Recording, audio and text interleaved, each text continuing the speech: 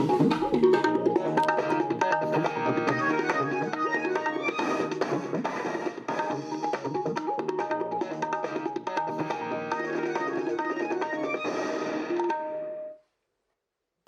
आकाशवाणी जम्मू में डोगरी समाचार च तुंदा स्वागत है। पहले खास खबरें कन्नै में नरेश शर्मा।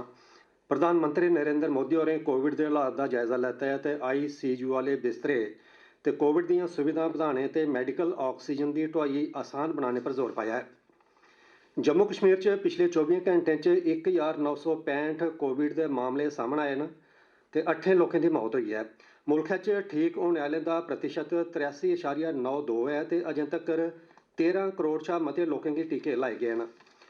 सरकार आखेआ जे जम्मू कश्मीर च कोविड के हालात काबू च न ते सब्बै लोड़चदे प्रबंध उचित मात्रा च मौजूद न। सरकार प्रधानमंत्री गरीब कल्याण अन्न योजना तैहत मई ते जून महीने दौरान 80 करोड़ लाभार्थियों गी मुफ्त राशन उपलब्ध करोआग। खबरें की तफसील कन्नै प्रमीला जम्वाल। प्रधानमंत्री नरेंद्र मोदी होरें अज्ज मुल्खै च कोविड स्थिति दा जायजा लिया ते मते कोरोना मामले आले 10 राज्यें दे मुक्खमंत्रियें कन्नै गल्लबात कीती। प्रधानमंत्री होरें मते ICU बिस्तरें ते कोविड केयर सहूलतें गी बधाने पर जोर पाया। उनें मते शा मते मरीजें तक्कर सखल्लें ऑक्सीजन पजाने लेई मैडिकल ऑक्सीजन गी ढोने आलियें गड्डियें दी आओजाई सैह्ल करने दी जरूरत पर जोर पाया। श्री मोदी होरें महामारी दे बेहतर प्रबंधन लेई टेस्टिंग गी बधाने ते लौह्के कंटेनमेंट जोन बनाने दी जरूरत पर जोर पाया। श्री मोदी होरें बड्डे सरकारी अफसरें कन्नै मीटिंग लाइयै कोविड-19 करी बना'रदी स्थिति दा बी जायजा लैता। प्रधानमंत्री होरें मुल्खै दे अगुआ ऑक्सीजन उत्पादकें कन्नै मीटिंग लाइयै मैडिकल ऑक्सीजन दे उत्पादन ते सप्लाई दा जायजा लैता ते कन्नै गै किश राज्यें च कोविड मामले बधने करी ऑक्सीजन दी बधदी मंग पर बी चर्चा कीती। पिछले 24 घंटें च जम्मू कश्मीर च कोविड-19 दे 1965 मामले सामने आए न ते 8 लोकें दी मौत होई गेई ऐ। मरोने आलें चा 6 कश्मीर थमां ते 2 जम्मू डिवीजन थमां न।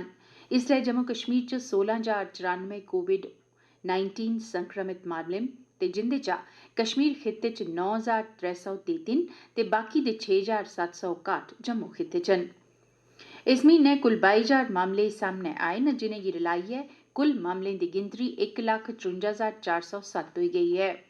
तोआईं मुल्खै च पिछले 24 घंटें च 3,32,730 नमें मामले सामने आए न ते 2,263 लोकें दी मौत होई गेई ऐ। इनेंगी रलाइयै मुल्खै च कुल मामलें दी गिनतरी 1,62,63,695 होई गेई ऐ। ठीक होने आलें दी शरह इसलै 83.92% ऐ। अजें तोड़ी देसै च 13,54,78,420 लोकें गी कोरोना थमां बचाऽ दे टीके लाए गे न। जम्मू कश्मीर सरकार नै आखेआ जे प्रदेश च कोविड-19 दे हालात काबू च न ते सब्बै लोड़चदियां सहूलतां उचित मात्रा च दस्तयाब न। उपराज्यपाल हुंदे सलाहकार राजीव राय भटनागर होरें दस्सेआ जे जम्मू कश्मीर दे हर इक अस्पतालै च मरीजें दे इलाज आस्तै खरी मती मात्रा च ऑक्सीजन, दोआइयां ते बिस्तरे उपलब्ध न। ऑक्सीजन दे नेकां संयंत्र स्थापित कीते जा'रदे न जेहड़े तौलें गै मुकम्मल होई जाङन ते इंदे कन्नै जम्मू कश्मीर च ऑक्सीजन दी सप्लाई च होर बाद्दा होई जाग। जम्मू कश्मीर सरकार नै पिछले ब'रे अक्तूबर म्हीने आखेआ हा जे केंद्र शासित प्रदेश च सेहत संस्थानें गी मैडिकल ऑक्सीजन दी बाद्धू सप्लाई करने आस्तै 212 करोड़ रपेऽ खर्च कीते जाङन। इस म्हीने दी 28 तरीकै थमां 18 ब'रें शा बद्ध बरेस आले लोकें दा कोविड टीकाकरण लेई पंजीकरण शुरू होई जाग। सब्बै योग्य लोक कोविन पोर्टल cowin.gov.in पर जाइयै अपना पंजीकरण करोआई सकदे न।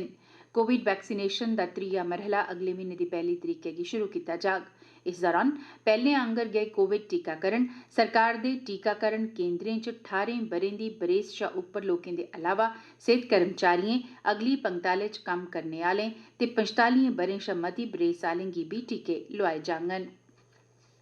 रामबन जिले च कल भारती स्टेट बैंक बटोत दे 5 कर्मियें ते J&K बैंक रामबन दे 2 कर्मियें दी कोरोना दी जांच पॉजिटिव औने मगरा बैंकें दिएं इनें शाखाएं गी बंद करी दित्ता गेआ ऐ तां जे कोविड-19 दे संक्रमण गी होर फैलने थमां रोकेआ जाई सकै।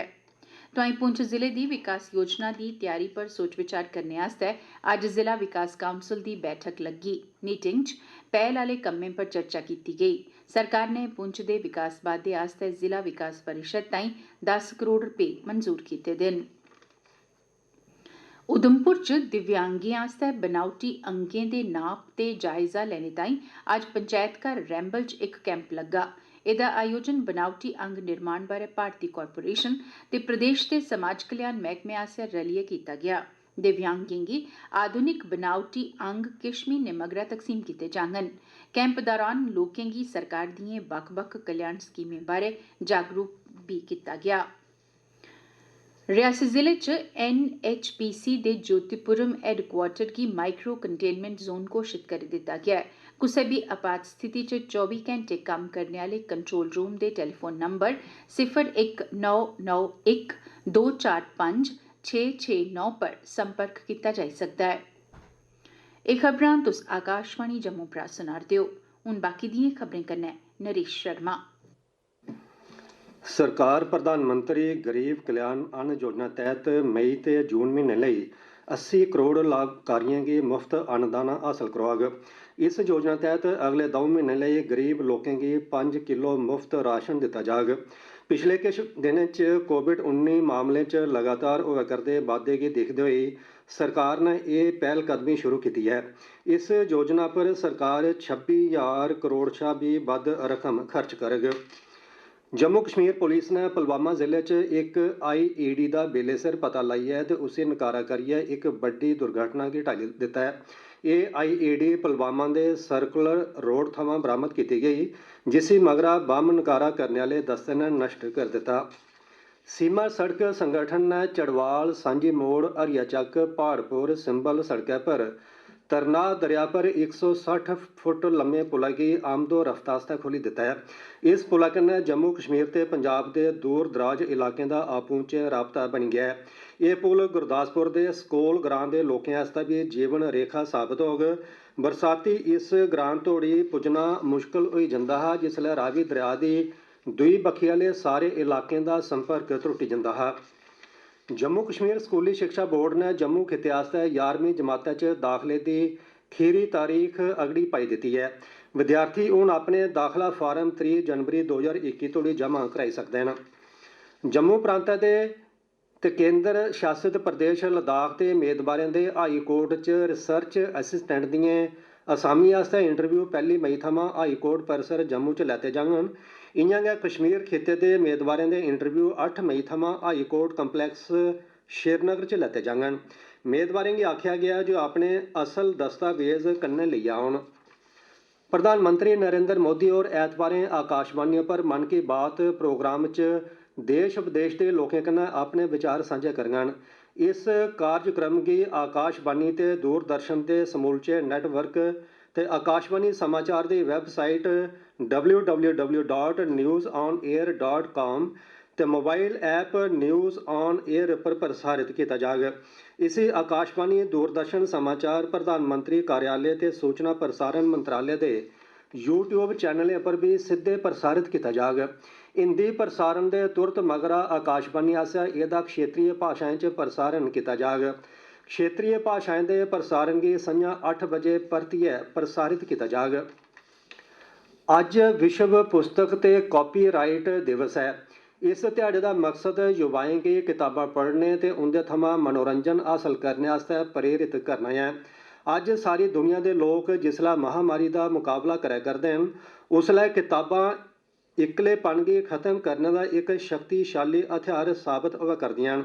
अनपढ़ता ते गरीबी कन्नै लड़ने ते शांति गी मजबूत करने आस्तै भी किताबां महत्व आह्ली भूमिका निभांदियां न। मौसम साफ रौह्ने ते सड़कै दी हालत बेहतर रौह्ने दी सूरतै च कल जम्मू श्रीनगर राष्ट्री जरनैली सड़कै पर कश्मीर थमां लौह्कियें गड्डियें गी छोड़ेआ जाई सकदा ऐ। बड्डियां गड्डियां जेह्ड़ियां जवाहर सुरंगै ते बनिहाल बश्कार बत्ता फसी दियां न, कल जम्मू गित्तै छोड़ियां जाई सकदियां न। आखिर च खास खबरां इक बारी परतियै। प्रधानमंत्री नरेंद्र मोदी होरें कोविड दे हालात दा जायजा लैता ते ICU आह्ले बिस्तरें ते कोविड दियां सुविधां बधाने ते मैडिकल ऑक्सीजन दी ढुआई आसान बनाने पर जोर पाया ऐ। जम्मू कश्मीर च पिछले 24 घैंटें च 1965 कोविड दे मामले सामने आए न ते 8 लोकें दी मौत होई गेई ऐ। मुल्खै च ठीक होने आह्लें दा प्रतिशत 83.92 ऐ ते अजें तक्कर 13 करोड़ शा मते लोकें गी टीके लाए गे न। सरकारै आखेआ ऐ जे जम्मू कश्मीर च कोविड दे हालात काबू च न ते सब्बै लोड़चदे प्रबंध उचित मात्रा च मौजूद न। सरकार प्रधानमंत्री गरीब कल्याण अन्न योजना तैह्त मई ते जून म्हीने दौरान 80 करोड़ लाभार्थियें गी मुफ्त राशन उपलब्ध करोआग। एह्दे कन्नै गै खबरें दा एह् बुलेटिन समाप्त होआ।